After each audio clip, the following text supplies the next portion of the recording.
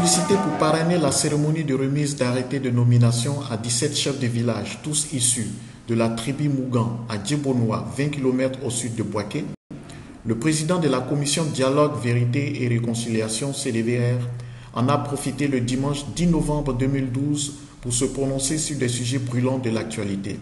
Sur la dissolution du gouvernement, l'ex-gouverneur de la BCEAO a trouvé que cela était le plein droit du président de la République avant d'indiquer qu'il y a toujours une raison à un tel acte.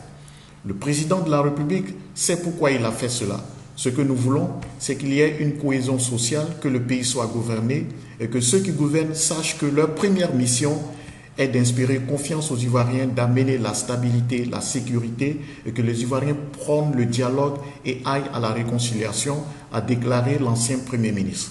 À propos de sa désignation à la tête de la CDVR, M. Bani a affirmé qu'il ne voit pas sa nomination à la tête de cette institution comme un piège, comme certains l'auraient fait entendre. Chacun apprécie cela comme il le veut. Moi, je n'ai pas compris ça comme cela. J'apprécie cela comme une mission difficile. Non, ce n'est pas un piège. Il faut que les Ivoiriens sortent de cet esprit-là.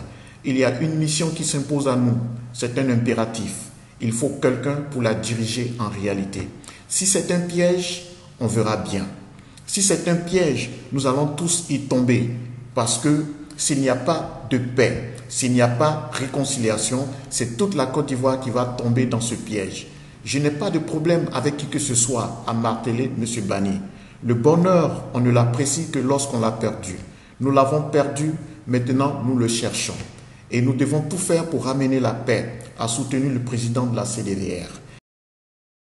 Après avoir remis les arrêtés de nomination aux 17 chefs du village du canton Sahara, dont 3 femmes, le préfet de région Kone Aka a prodigué des conseils aux populations et cadres de la région. C'est vous, les administrés, qui devrez d'abord les respecter. Si vous ne respectez pas les chefs, c'est le sous-préfet que vous ne respectez pas. Je vous recommande vivement de les respecter. J'invite les cadres à faire en sorte que les chefs soient assistés. Dès que vous retournez le dos, ne les oubliez pas, a conseillé le préfet de Bouaké, préfet de la région de Bouaké.